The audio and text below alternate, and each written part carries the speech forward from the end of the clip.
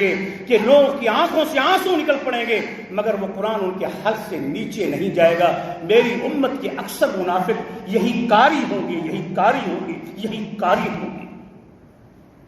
اب وقت میں آپ کو حدیثیں پڑھ پڑھ کے سناؤں گا یا آپ کے ساتھ اور حوالے بھی دوں، کسی کو ضرورت ہے تو میرے پاس آ جائے اوپر، آفس میں آ کے سب کچھ دکھا دوں گا۔ میرے بھائیو اور دوستو، تشہد الملائکہ، اور جو شخص جب میرے محبوب محمد مصطفیٰ صلی اللہ علیہ وسلم کا درود و سلام پڑھتا ہے، یہاں تک کہ لن یصلی علی الا عرضت علی، جب تک وہ درود پڑھتا رہتا ہے اور پڑھتے پڑھتے جب اس کے بعد وہ اپنے درود کی مجلس کو ختم کرتا ہے، اللہ اس کے درود کو بھی اور اس کی ذات کی نسب کو میرے سامنے پیش کر کے کہتے ہیں فلاں ابن فلاں پر درود و سلام پڑھ رہا ہے۔ اللہ اکبر۔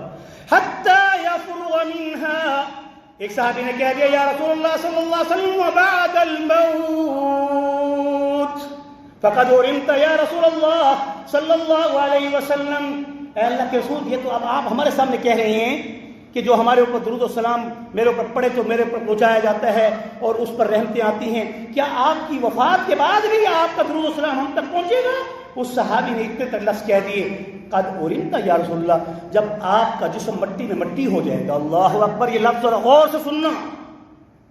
اسی موقع پر حضور نے فرمایا جب اس صحابی کی زبان سے یہ لفظ نکلا کہ انسان تو مرنے کے بعد مٹی میں مٹی ہو جاتا ہے، اللہ کے پاک پیغمبر نے اصول بتا دیا، ان اللہ حرم علی الارض ان تأکل اجساد الانبیاء، اللہ تعالیٰ نے زمین کے اوپر حرام کر دیا ہے کہ وہ پیغمبروں کے وجود کو کھائے، پیغمبروں کے وجود سالم رہتے ہیں۔ فنبی اللہ حی فنبی اللہ حی فنبی اللہ حی، آپ نے سیلاب زدگان کی قبریں پھٹتی ہوئی نہیں دیکھی؟